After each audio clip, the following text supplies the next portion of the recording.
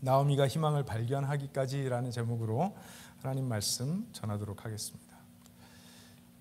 여러분 혹시 무만감이라는 단어를 들어보셨습니까? 절망감이라는 단어는 우리가 분명히 아는 단어인데 무만감이라는 단어가 있더라고요. 한글로는 좀 생소하긴 한데 그런데 영어로 들어보면 익숙한 단어입니다. hopelessness, 소망 없다 이런 의미로 이제 무만감이라는 제 생각에는 이제 최근에 새롭게 정신의학계에서 심리학계에서 만든 단어 같아요. 절망감과 그런 무만감이 뭐가 다른가? 절망감은 소망이 있다가 끊긴 상태를 절망이라고 하고요. 무만감은 무엇을 소망해야 될, 무엇을 희망해야 될지도 모르는 그런 상태를 무만감이라고 표현한다고 합니다.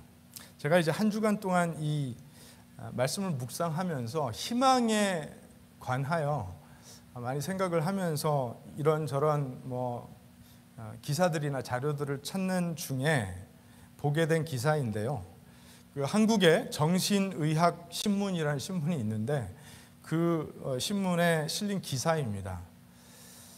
거기서 이제 무만감이라는 단어를 처음 접하게 됐는데 정정엽이라는 정신과 의사분이 쓴 기사를 보니까 대한민국은 최근 눈부신 경제 성장을 이룬 국가이지만 그런 좋은 이미지가 전 세계에 있는 것이 사실이지만 동시에 꼬리표처럼 오랫동안 대한민국을 따라다니는 지표가 있는데 그것은 OECD 자살률 1위 그리고 우울증 발병률 1위라는 지표라고 합니다. 물론 이제 대한민국이라는 나라가 지리적 조건이나 자연환경적 조건이 꽤나 척박한 곳이어서 그 모든 것을 이겨내고 빠른 성장을 하기 위해서는 인력, 그러니까 사람이 열심히 하는 것, 인력이라는 원동력이 필요했다라는 것은 누구나 인정하는 사실이라는 것입니다. 그런데 그 인력이라는 원동력을 가지고 빠른 성장을 이뤄내려다 보니까 치열한 경쟁과 과도한 노동이라는 대가를 치를 수밖에 없었다는 것입니다. 그런데 이 치열한 경쟁과 과도한 노동이라는 대가를 치르는 동안에 눈부신 경제 발전은 이루어게 됐지만 한국 사회는 그 사이 많은 것을 잃어버리게 되었다라는 것입니다. 물론 이제 한국 사람이라면 이 정도는 다 알고 있는 내용입니다. 많은 중요한 것들을 잃어버리는 동안에 함께 사라진 것이 있는데 그것이 꿈과 희망이라는 거예요. 꿈과 희망이 없는 느낌. 그러니까 무언가 있었다가 꺾인, 잘라진 그런 느낌 말고 그건 절망인데 그런데 애초에 그냥 꿈도 없고 희망도 없는 느낌이 무만감이고 이 무만감이 우울증과 자살률에 중요한 역할을 한다라는 판단을 하고 있는 것입니다. 지금 이건 현재 상황이에요.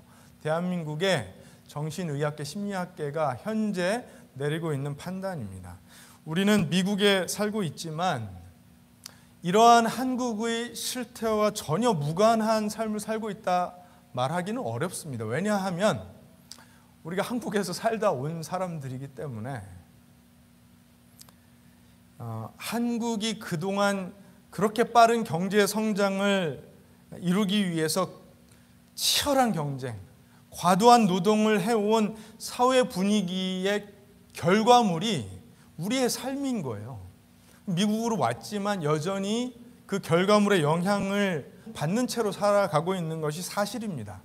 그래서 미국에 와서도 한국 사람들은 얼마나 열심히 일해 왔습니까? 그동안 얼마나 치열하게 경쟁해 왔습니까? 별로 변하는 것이 없더라는 거예요. 물론 이제 여기서 태어나는 2세들, 3세들 같은 경우에 어떻게 변할지 모르겠지만 그러나 그들의 고백, 그들의 인생 이야기가 이제 SNS나 유튜브 같은 데 많이 올라오는데 별반 다르지 않다라는 것도 우리가 보게 됩니다. 그래서 이것은 우리와 상관이 있는 이야기라는 거예요. 무만감, 이 무만감에 힘들어하는 한국 사회의 분위기에 우리가 영향을 받고 있기 때문에, 적어도 저는 이제 그렇게 판단하고 있기 때문에 그런 관점에서 우리가 다시 한번 확인해 봐야 하는 희망이 무엇인지, 과연 희망이라는 것이 무엇인지, 우리에게 그 희망이 있는지, 또 어떻게 그 희망을 발견하게 되는지, 희망 발견했다면 어떻게 살아야 될지, 이런 것에 대해서 오늘 읽은 그 짧은 룻기 3장 말씀을 가지고 하나님의 은혜를 나누어 보려고 합니다. 3장 1절입니다. 시어머니 나오미가 룻에게 말하였다. 얘야, 내가 행복하게 살 만한 안락한 가정을 내가 찾아보아야 하겠다.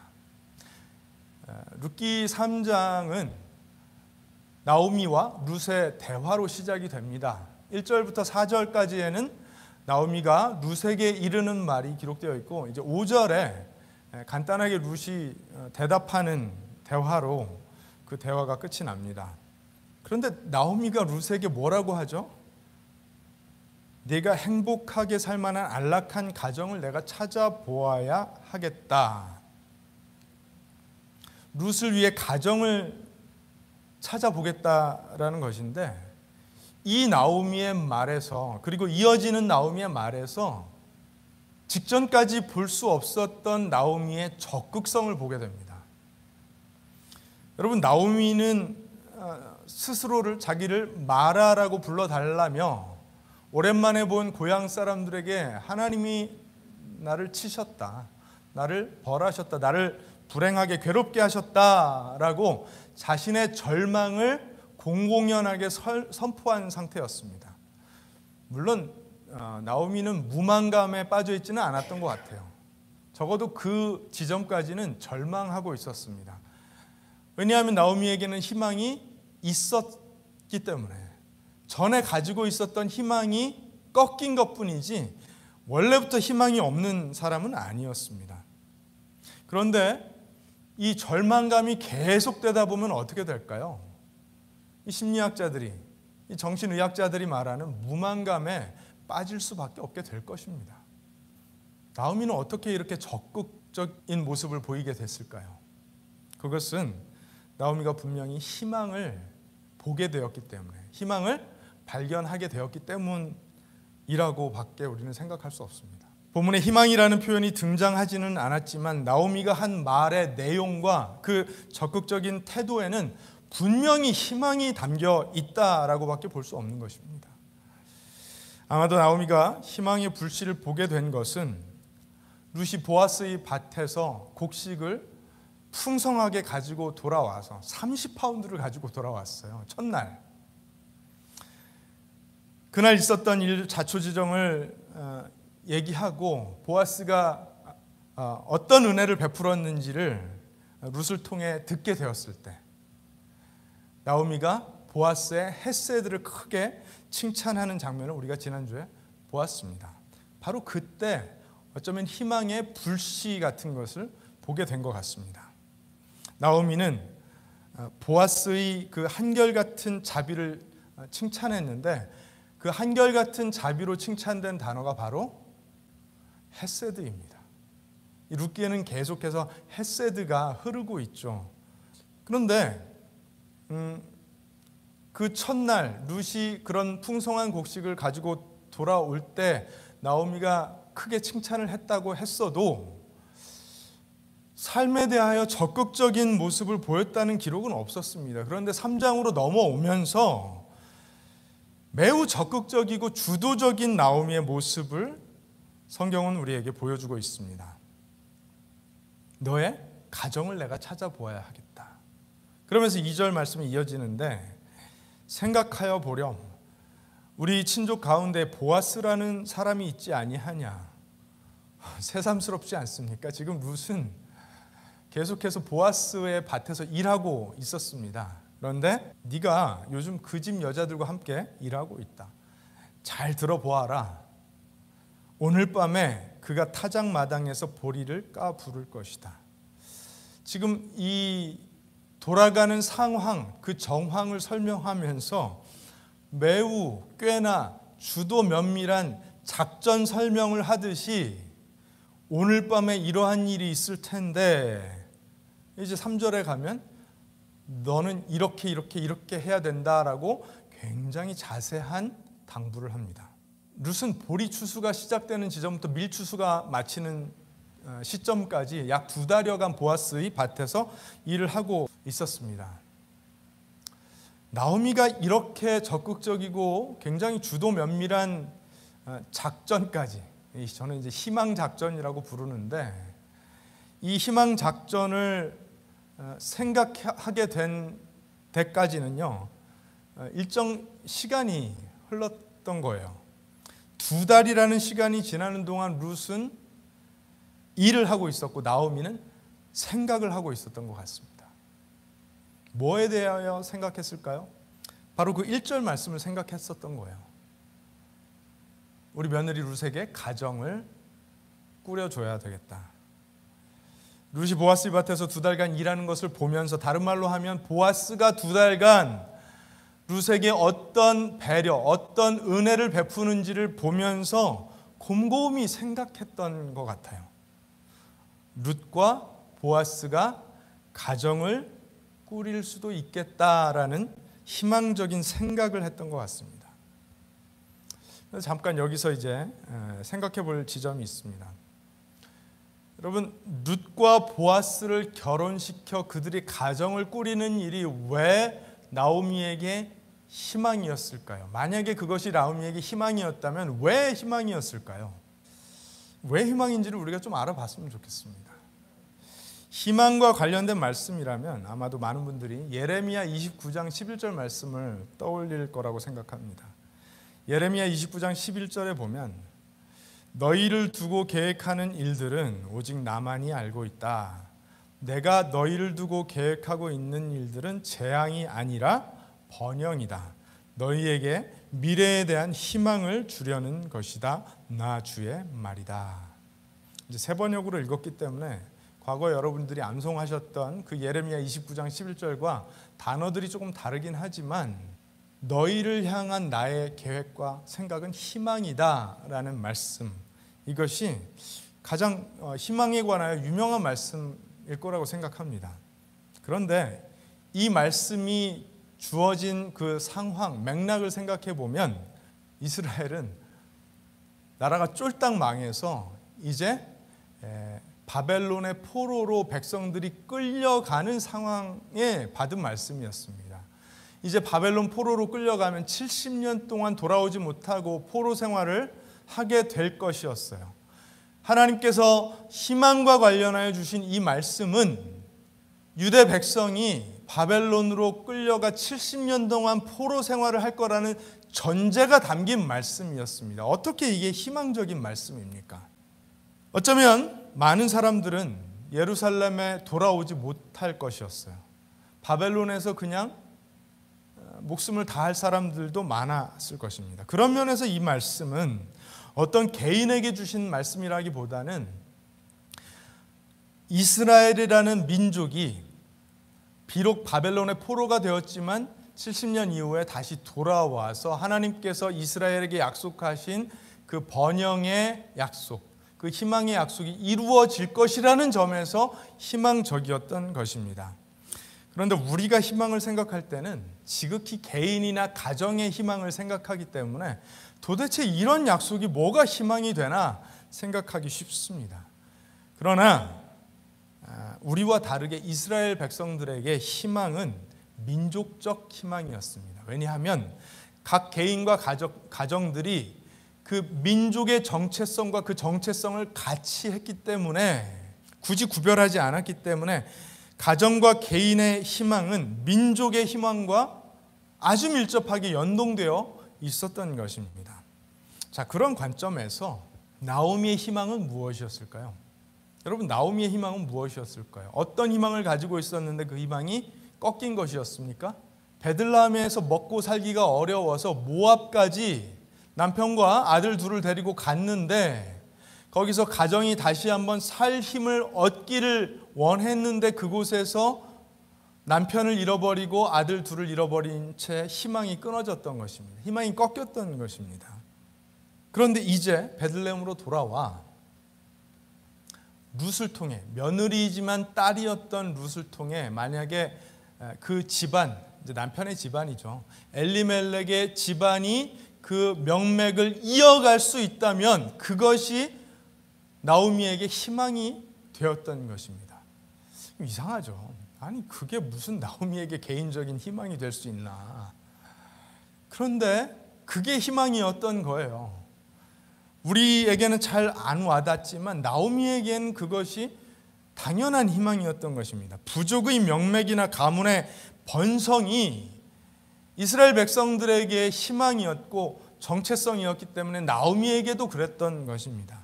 이미 핵가족 문화 또는 가족이 사라져버린 개인의 문화를 살고 있어서 희망이라고 하면 우리는 당연히 개인적인 희망을 떠올립니다. 아니면 많게 봐왔자 직계 가족의 희망 정도, 우리 자식이 잘 됐으면 하는 정도가 끝이에요.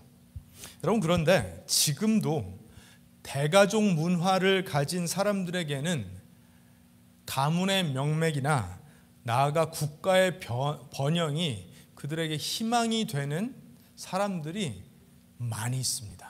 많이 있어요. 그냥 우리만 안 그런 것뿐이지 아직도 많습니다. 인구 14억의 인도나 또 지금 한창 전쟁 중인 러시아 같은 나라들은요, 다 그런 생각을 가진 나라들입니다. 좀 다르죠. 그래서 나오미에게 희망은 본인이 재혼을 한다든지 아니면 경제적인 자유를 이룬다든지 세계 여행을 해본다든지 아니면 늦은 나이에라도 공부를 해서 학위를 받아보는 그런 것이 아니었습니다. 그런 것이 아니라 자기가 속해 있는 가문의 명맥이 이어지는 것이 나오미의 희망이었어요.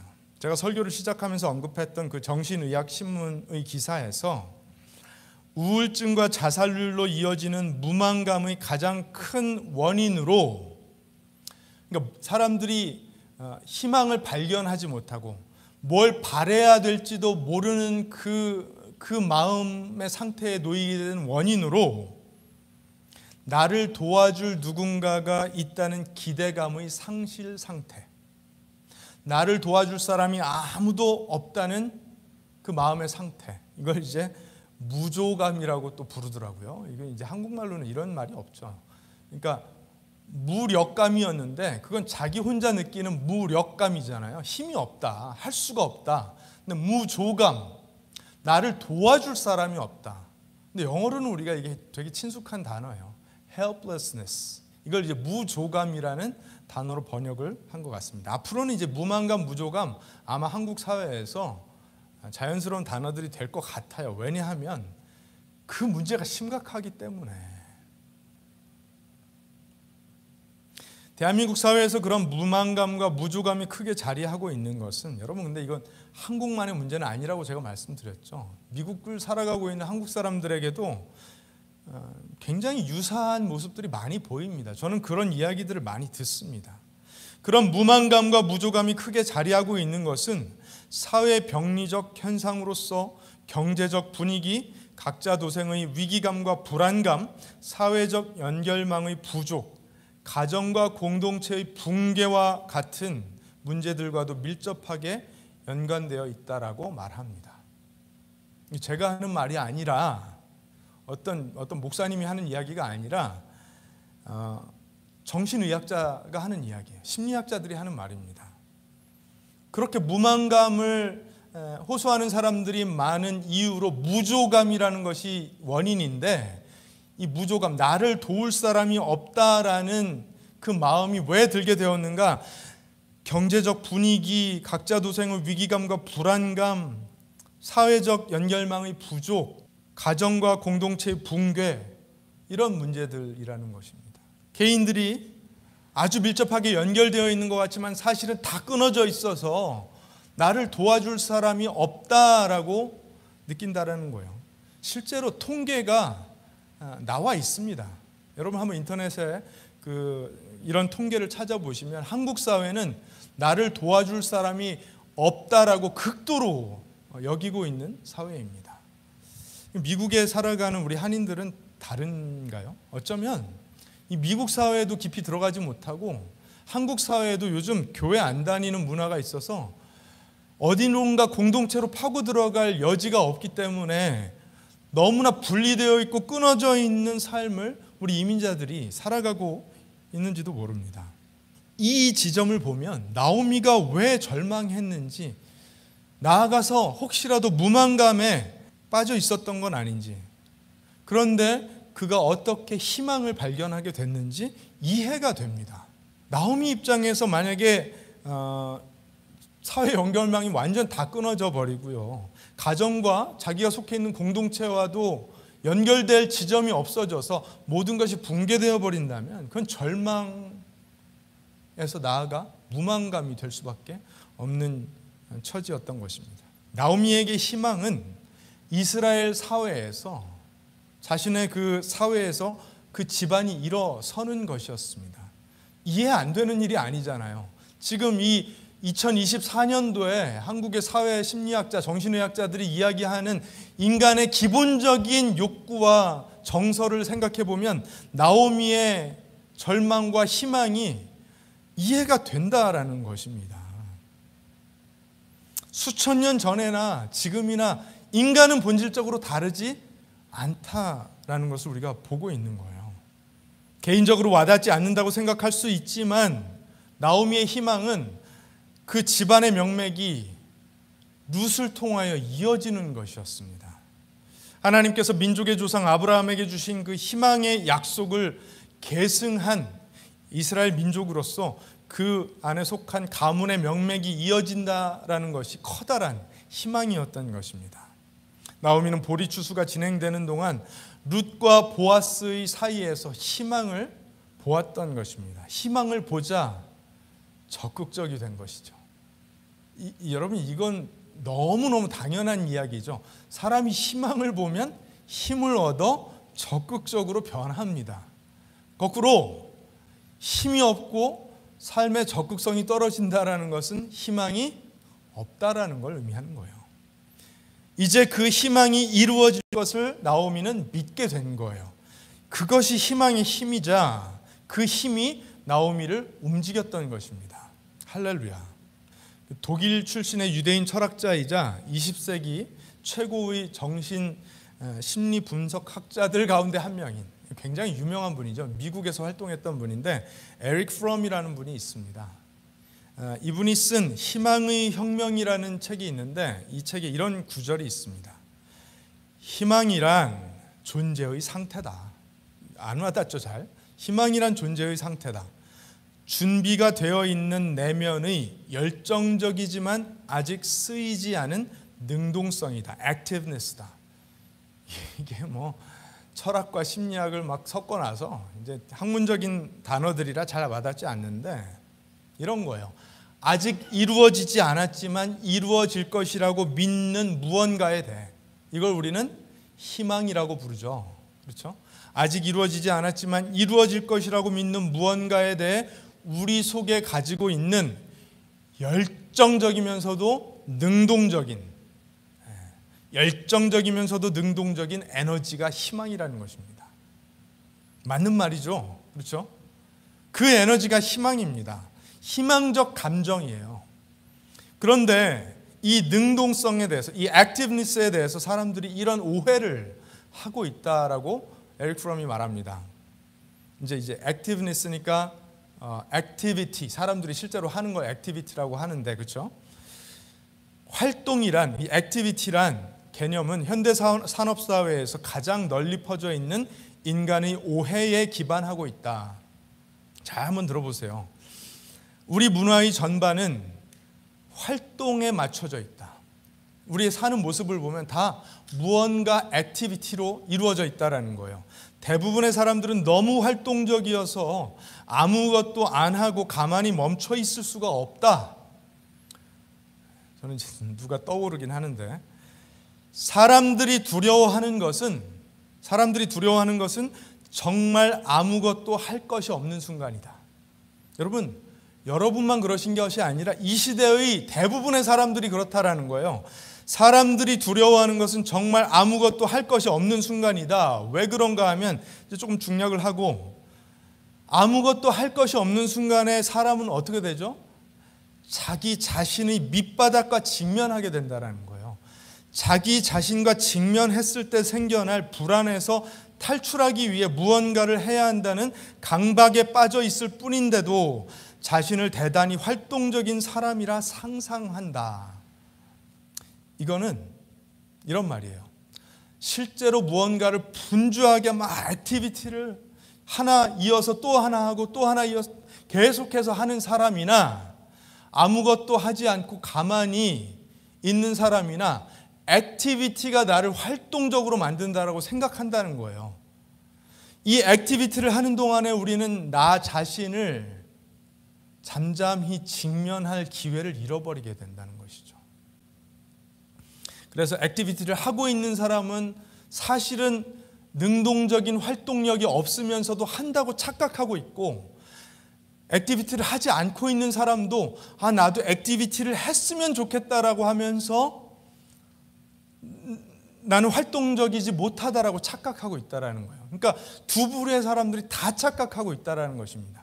그런데 참된 희망은 아직 이루어지지는 않았지만 이루어질 것을 믿기 때문에 우리 안에 그 능동적인 에너지를 발산시키는, 그래서 아무것도 하지 않고 있을지라도 사실은 굉장히 능동적인 에너지가 가득 차 있는 상태라는 것입니다. 희망이 우리 삶에 그런 역할을 한다라는 거예요. 무언가를 하고 있기 때문에 희망이 생기는 것이 아니라 가만히 있을 때 발견하는 희망이 진짜 희망이고, 그 희망 때문에 움직이게 된다는 것입니다. 희망이 뭔지를 확인하지 못하고 그냥 사람들이 다 액티비티를 하고 있으니까 나도 액티비티를 해야지 한다고 희망이 생기는 것이 아니라, 가만히 있는 중에 어쩌면 아무것도 할 수 없을 그때에, 내 밑바닥을 직면하는 그때에 참된 희망이 무엇인지를 확인하게 되어서 그 희망 때문에 내가 움직이기 시작하면 그게 참된 액티브니스라는 것입니다. 에릭 프롬은 또 희망에 대해서 이렇게도 말합니다. 희망이 사라지면 실제로든 잠재적으로든 생명도 끝이 난다. 이건 희망이 사라진 사람은 몸은 결국 죽을 것이지만 영혼도 죽은 것이라는 거예요. 그 인생은 그냥 끝이라는 것입니다. 희망이 없는 인생은 죽은 인생이라는 것입니다. 희망은 생명 구조의 또 다른 요소인 믿음과 연결되어 있다.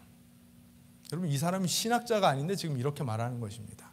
희망은 생명 구조의 또 다른 요소인 믿음과 연결되어 있다. 희망은 믿음에 동반되는 기분이다. 희망이라는 기분이 없이는 믿음이 유지될 수 없다. 맞는 말이죠. 우리가 무언가를 믿는다는 것은 희망이 있기 때문에 믿는 것입니다. 그 희망감이 없으면 믿을 필요가 없는 거예요. 그래서 희망과 믿음은 언제나 함께 가더라는 것입니다.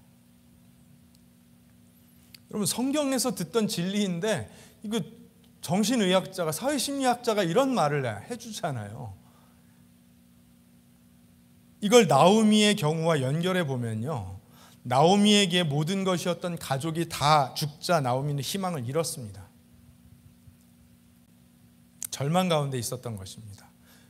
그때 어떤 일이 벌어졌습니까? 어쩌면 그 절망 상태에 계속 있었다면 나오미는, 제가 말씀드렸죠, 베들레헴까지 돌아오지 못했을 수도 있다. 그런데 그때 룻이 나오미와 동행한 것입니다. 물론 나오미는 그런 말도 했어요. 우리는 서로 희망이 되어줄 수 없다. 왜요?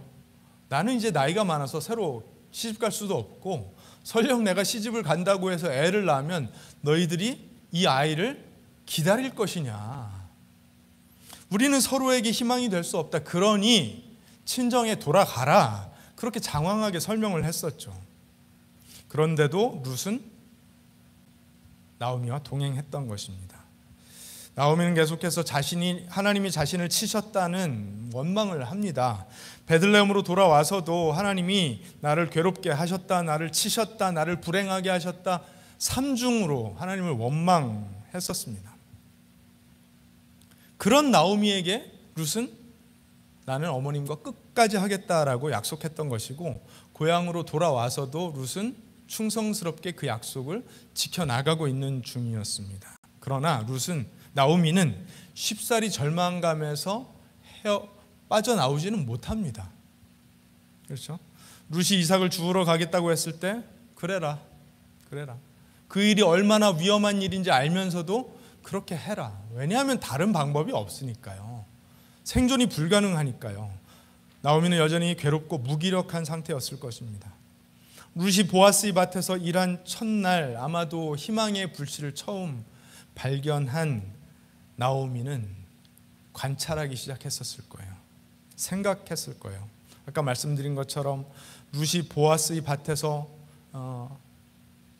일하게 되었다는 점, 우연히도 때마침 보아스를 만나게 되었다는 점, 보아스가 집안간 기업물을 잘하는 점, 보아스가 룻에게 지속적으로 은혜와 배려로 대접했다는 점, 그 모든 점들을 생각하는 동안 그 희망이 점점 확신으로 변해갔을 것입니다.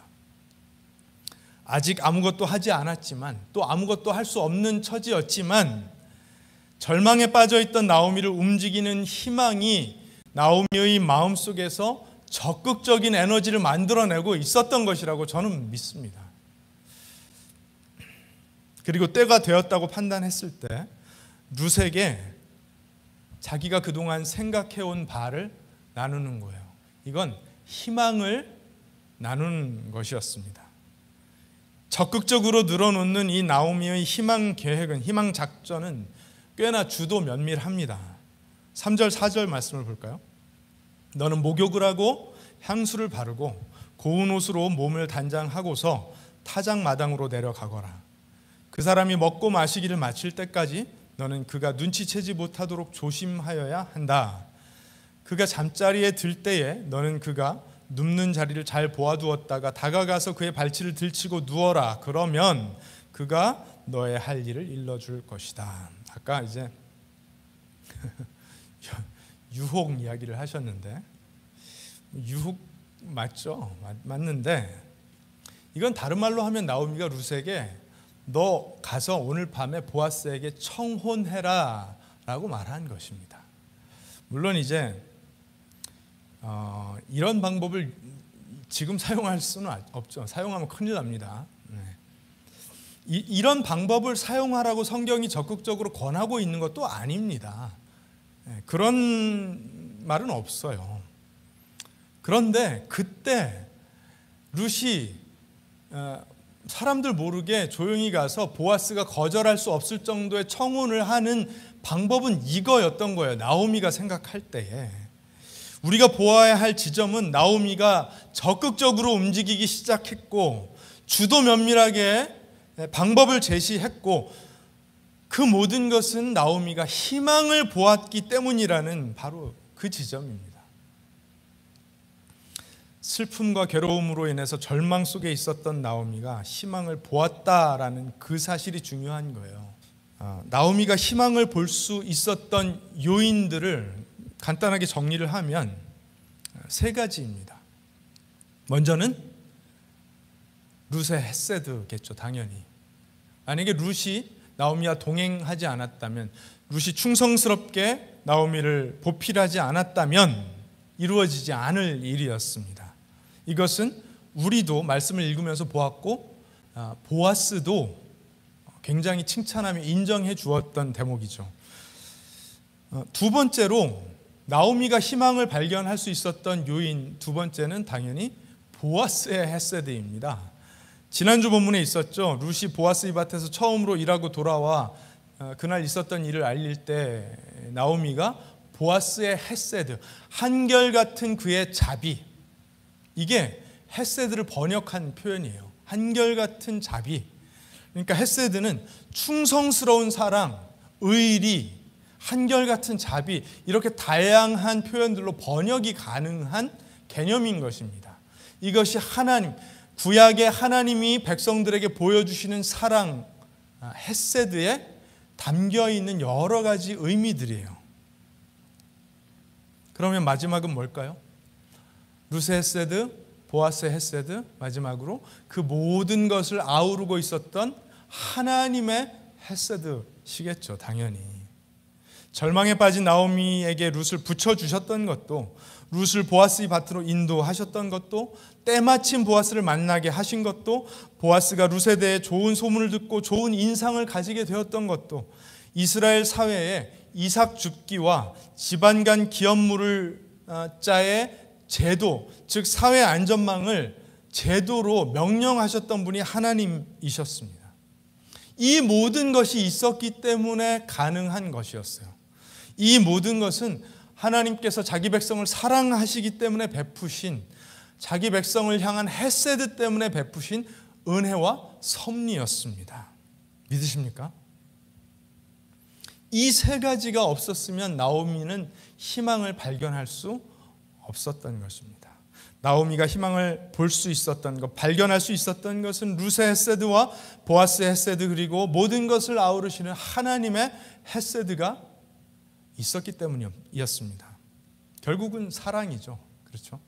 결국 사랑입니다. 고린도전서 13장에 너무나 유명한 말씀 있죠. 그러므로 믿음, 소망, 사랑, 이 세 가지는 항상 있을 것인데 그 가운데서 으뜸은 사랑입니다. 오늘 제가 언급한 세 가지가 여기 다 들어가 있죠. 믿음, 소망, 희망 같은 단어입니다. 엘피스. 그리고 사랑. 나오미가 희망을 보고 믿음을 갖게 됐습니다. 그렇게 될 수 있었던 것은 하나님과 룻과 보아스의 사랑 때문이었습니다. 믿음과 소망, 희망과 사랑이 어떻게 조화를 이루는지가 나오미의 삶에서 잘 보이는 거예요. 사랑 때문에 희망을 발견하고 믿게 되었다라는 것입니다. 그래서 사랑이 으뜸이에요. 여러분, 우리가 이 땅에서 사는 동안에는 희망이 없으면 죽습니다. 이건 성경만 이야기하는 것이 아니라 아까 에릭 프롬도 이야기하는 것이고, 지금 한국 사회를 진단하고 있는 사회심리학자, 정신분석학자들도 하는 이야기입니다. 희망이 없어서 죽는다는 거예요. 믿음이 없어도 살 수가 없습니다. 믿음과 소망이 같이 가기 때문에 그렇습니다. 그러나 우리가 장차 하나님 나라에 들어가게 되면 더 이상 희망할 것이 없습니다. 왜냐하면 희망이 완성되기 때문에 그렇습니다. 믿을 것도 없습니다. 하나님이 눈앞에 계시기 때문에 믿을 필요가 없습니다. 보면 됩니다. 그러나 사랑은 계속됩니다. 사랑은 지금이나 그때나 계속됩니다. 그래서 구약의 헤세드라는 개념이 중심 개념이고, 신약에는 아가페라는 개념이 중심 개념입니다. 사랑입니다. 나오미가 희망을 발견하기까지 하나님과 룻과 보아스의 헤세드가 그녀의 삶을 감싸고 있었던 것입니다. 여러분, 그렇다면 여러분의 희망은 무엇입니까? 여러분의 희망은 무엇입니까? 아니, 우리 그리스도인들의 희망은 무엇입니까? 베드로전서 3장에 보면 이런 말씀이 있습니다. 베드로전서 3장 13절에서 15절 말씀인데요. 그러므로 여러분이 열심으로 선한 일을 하면 누가 여러분을 해치겠습니까? 이것은 1세기 교회가 지독한 고난을 당하고 있었기 때문에 베드로 사도가 지금 교회에 당부하는 말입니다. 그러므로 여러분이 열심으로 선한 일을 하면 누가 여러분을 해치겠습니까? 이게 당연한데 해치기도 하더라는 거예요. 그러나 정의를 위하여 고난을 받으면 여러분은 복이 있습니다. 그들의 위협을 무서워하지 말며 흔들리지 마십시오. 다만 여러분이 마음속에 그리스도를 주님으로 모시고 거룩하게 대하십시오. 여러분이 가진 희망을 설명해 주기를 바라는 사람에게는 언제나 답변할 수 있게 준비를 해 두십시오. 1세기 교인들은 너무 극심한 고난을 당해서 마치 희망 없는 것처럼 보일 수 있지만, 그들이 결연하게 희망 있는 사람들처럼 살 수 있었던 것은 희망이 있었기 때문이라는 것입니다. 그들의 희망은 무엇이었습니까? 장차 그리스도께서 그들을 구속하셔서 구원하셔서 하나님 나라에 들어가게 되는 그것이 희망이었습니다. 로마서 8장에도 이런 말씀이 있습니다. 로마서 8장 22절부터 말씀을 보면 모든 피조물이 이제까지 함께 신음하며 함께 해산의 고통을 겪고 있다는 것을 우리는 압니다. 그뿐만 아니라 첫 열매로서 성령을 받은 우리도 자녀로 삼아 주실 것을 곧 우리 몸을 속량하여 주실 것을 고대하면서 속으로 신음하고 있습니다. 우리 몸을 속량, 구원해 주실 것을 고대하면서 신음하고 있다는 것입니다. 우리는 이 소망으로 구원을 얻었습니다. 눈에 보이는 소망은 소망이 아닙니다. 보이는 것을 누가 바라겠습니까? 그러나 우리가 보이지 않는 것을 바라면 참으면서 기다려야 합니다. 무슨 말씀이죠? 그리스도께서 베푸신 구원이 우리에게 소망이 되었고 그 소망으로 우리는 구원을 얻었다라는 것입니다. 이 말씀들에 의하면 우리의 희망, 그리스도인들의 희망은 두 가지입니다. 하나는 이미 그리스도 예수 안에서 우리가 받은 구원이고요. 장차 죽어서 받게 될 구원입니다. 그런데 엄밀히 말하면 이 두 가지는 따로따로 떨어져 있는 것이 아니라 한 가지입니다. 정확하게 말하면 우리는 이미 구원을 받았으나 그 구원은 완성될 것이기 때문에 장차 완성되어져야 될 것이기 때문에 두 가지처럼 보이지만 사실은 하나예요. 그것이 우리 그리스도인들의 희망입니다. 우리는 그리스도 예수 안에서 이미 하나님의 백성으로 구원받았으나 하나님의 백성답게 완성되어지는 과정 중에 있는 사람들이라는 것입니다. 그것이 우리의 궁극적인 희망이라는 것입니다. 할렐루야. 배고픈 사람에게 당연히 한 끼 식사가 희망이 될 수도 있죠. 병으로 고통받는 사람이 그 병이 낫는 것을 희망 삼을 수도 있죠. 그걸 뭐라고 하자는 것이 아닙니다. 그런데 그런 희망들은 한 희망이 지나가고 나면 반드시 또 다른 희망을 찾아야 되기 때문에 궁극적인 희망은 될 수 없다는 것입니다. 학위를 받는 것 희망 삼을 수 있고 결혼해서 집을 사는 것 희망 삼을 수도 있고 자식이 명문대 들어가서 좋은 직장 받는 것 희망 삼을 수도 있는데 그것은 하나가 지나가고 나면 반드시 또 다른 것을 찾아야 하는 지극히 유한하고 제한적이고 작은 희망이기 때문에 우리 그리스도인들에게 궁극적인 희망을 제시해 줄 수는 없다는 것입니다.